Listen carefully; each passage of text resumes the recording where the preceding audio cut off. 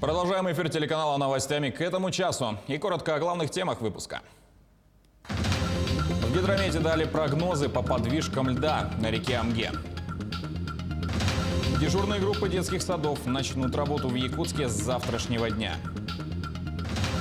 А сегодня во всем мире отмечают День Солнца.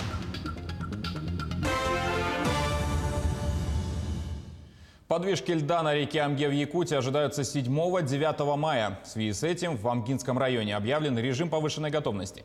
Об этом нашему телеканалу сообщили в территориальной администрации. На сегодняшний день район готов к безопасному пропуску паводковых вод. Специалисты подготовили эвакопункты, провели учения, тренировки по отгону скота. Помимо этого, проверили систему оповещения населения. Жителям домов, подпадающих в зону подтопления, вручили уведомления. По прогнозам синоптиков, в первой декаде мая ожидается потепление до плюс 20 градусов. Большие снегозапасы и резкое потепление могут негативно сказаться на прохождении паводка. Не исключается достижение критических отметок уровней воды в реке. Движение временно ограничили на трассе у нас в Якутии. Решение принято в связи с угрозой размыва дороги из-за разлива талых вод в Хангаласском районе. Отмечается, что движение ограничено по одной полосе. В связи с этим администрация села Булгунетах объявила режим чрезвычайной ситуации. Сайт о строительстве Ленского моста разработают в Якутии. Предполагается, что там будет размещаться актуальная информация о реализации проекта. А на минувшей неделе первый зампред правительства Якутии Дмитрий Бердников и гендиректор производственной фирмы ВИЗ Руслан Семенов посетили Мегино-Кангаласский район и осмотрели места будущего строительства на правом берегу. Артур Старостин с подробностями о поездке. Уважаемые гости, по якутскому обычаю в знак нашего почтения местные жители побережья реки встретили делегацию с напутствием дальнейшего развития поселений. Правительственная комиссия в первую очередь произвела осмотр подтопляемую зону старого села Рассолода, которая расположена вдоль берега реки Лена. Капитально вот это село затопило, вот нижний участок вот это полностью ушел, и вот там тоже нижний, там еще вот 2 квартала имеется. Много вопросов возникло на влияние паводкового явления к мостовому переходу. По информации генерального директора производственной фирмы ВИЗ Руслана Семенова, в этом плане проведены много работ по проектированию моста. Чтобы избавиться от этой проблемы, частный партнер отказался от насыпи к мостовому переходу. Сам мост, в нем всего 3 опоры основных. Центральный пилон и 2 боковых пилона. Пролеты между ними от 840 метров до 340. То есть он обеспечивает полный беспрепятственный проход льдин нескольких одновременно размерами до 500 метров. На данный момент у жителей старого села Рассолода актуальным вопросом стоит переезд на новое село. Этот вопрос будет решаться на уровне правительства. Как уверяет заместитель председателя правительства Дмитрий Бердников, может быть, будут какие-то решения параллельно и локально. Это опять же без обещаний каких-то конкретных. Посмотрим, что можно сделать с главой, посоветуемся. В ходе разговора руководитель все-таки не воздержался погладить домашнего питомца, который подходил к нему несколько раз. Посмотри, Строительство моста и конструкция моста выбрана и рассчитана таким образом, что никакого влияния на торосообразование, на ледоход она оказывать не будет. Но, конечно же, вопросы с теми поселками, которые попадают традиционно и уже многие десятилетия, в зону подтопления она есть, и есть здесь над чем работать. Этот вопрос, от которого никто не отмахивается, но со строительством моста, конечно же, это никаким образом не связано. Далее правительственная делегация посетила одну из точек трассировки будущего Ленского моста в районе села Хаптагай. На сегодня крупный проект входит в активную ступень. Идет подготовка инженерных сетей, которые находятся в зоне строительства основного объекта. Плотно сотрудничаем с компанией Якутскэнерго. У нас договорные отношения по переустройству сетей, а именно это воздушных линий 10 киловольт и воздушных линий 110 киловольт. Перед основным подрядчиком строительной компании ВИЗ поставлена задача максимально ускорить процесс строительства мостового перехода через реку Лена. Таким образом, полное завершение строительства планируется к концу 2024 года. Очень приятно общаться с руководством и вообще с населением. Почему? Потому что все с пониманием относятся и действительно чувствуется ожидание и надобность этого моста. Поэтому я думаю, что нам будет легко строить, потому что объект действительно ждут в республике. Вот строится мост, уникальный мост, да? Вот будет оттуда видно. Ага, видно будет оттуда. Да, Ага. И вот наша ветхая вот школа стоит. Как отметила правительственная делегация, ожидания жителей нашей республики на пределе. Поэтому работы строительства Ленского моста просто обязаны начать. И поэтому нам нужен очень большой, как говорят, социально-экономическая Развитие села. программа развития села. Для этого все вопросы согласования решены, а также подтверждено финансирование. Строительство мостового перехода начнется с июня этого года. Артур Старостин, Зоя Герасимова, Мигино-Кангаласский район. Теперь об эпидобстановке. 97 новых случаев коронавируса выявили в Якутии за минувшие сутки. Согласно данным оперативного штаба, из них на Якутск приходится 53 заболевших. Мигино-Кангаласский район – 32. Амгинский, Вилюйский, Намский, Сунтарский районы – по 2. Алданский, Горный, Кобяйский, Усть-Алданский районы – по 1 случаю. Тестов на ковид региональными лабораториями за сутки проведено 649. Дежурные группы детского сада начнут работу в Якутске. Их организуют в столице с 4 по 7 мая. Об этом сообщили в администрации города. Так, дежурные группы будут открыты при муниципальном центре развития ребенка, детский сад номер 11 «Подснежник». Отмечается, что его посещают преимущественно дети медработников и сотрудников правоохранительных органов. А родители ребят на праздники выйдут в усиление. ГИБДД до 10 мая организует рейды и увеличили число нарядов на дорогах. Они будут стоять на въездах и выездах в населенные пункты, а также организуют массовые проверки водителей. К нам посредством прямой связи присоединяется Ульяна Шагина. Ульяна, что еще ждет участников дорожного движения? Добрый день. Усиления пройдут с 1 по 10 мая. В эти дни особое внимание будет уделяться водителям, выезжающим на встречную полосу движения, а также нарушающих правила перевозки как пассажиров, так в особенности детей. Кроме того, профилактические работы будут проводиться касаемо пешеходов, и традиционные рейды начнутся в отношении водителей мототранспорта.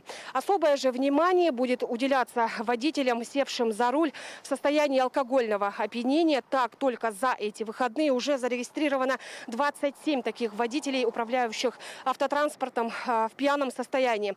Более подробнее об этом мы попросили рассказать старшего инспектора пропаганды ГИБДД Владимира Ощепкова. Давайте послушаем, что он нам более подробно рассказал об этом. В общем, если взять только за эти выходные дни с сотрудниками госавтоинспекции города Якутска на территории города Якутска и в пригородах было задержано и отстранено от права управления транспортным средством 27 водителей, которые управляли автомобилем в состоянии опьянения.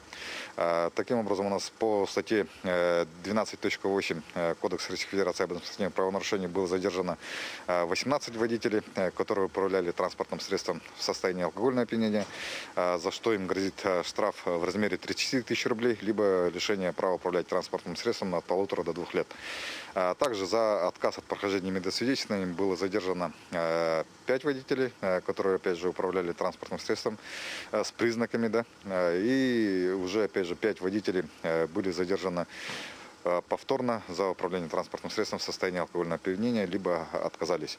Им уже грозит уголовная ответственность по статье 264 прим.1 Уголовного кодекса Российской Федерации.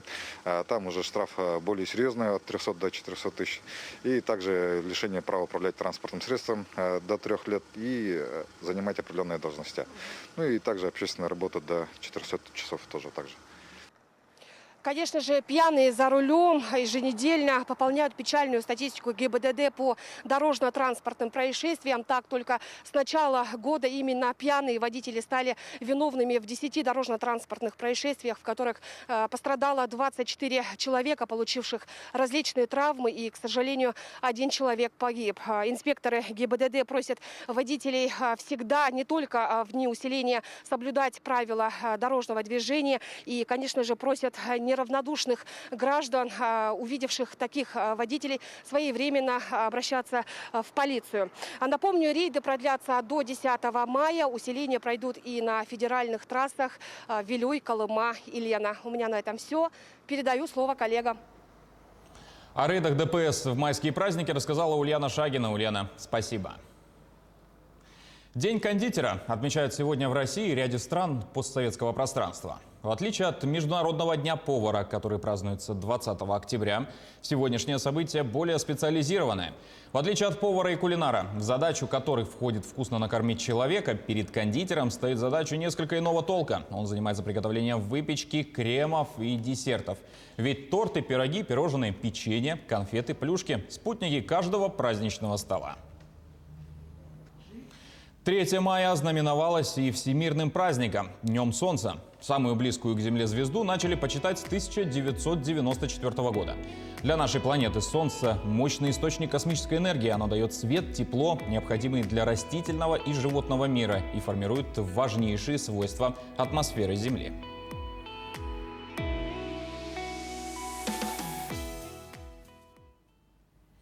Приземлимся в наш регион. Победам возраст не помеха. 97-летний ветеран Великой Отечественной стал кандидатом в мастера спорта по шашкам. Стаж пенсионера в игре составляет более 80 лет. Однако он до сих пор продолжает гореть своим делом и добиваться в нем новых высот. Надежда Саханская встретилась с ветераном. За спиной ветерана Наума Слепцова уже несколько сотен побед, помимо самой главной в его жизни – Великой Отечественной. Не достигнув возраста 20 лет, он был призван в действующую армию и брошен на штурм города-крепости Хайлар. Несколько раз отбивал атаки японцев, за что впоследствии был награжден знаком отличного пулеметчика.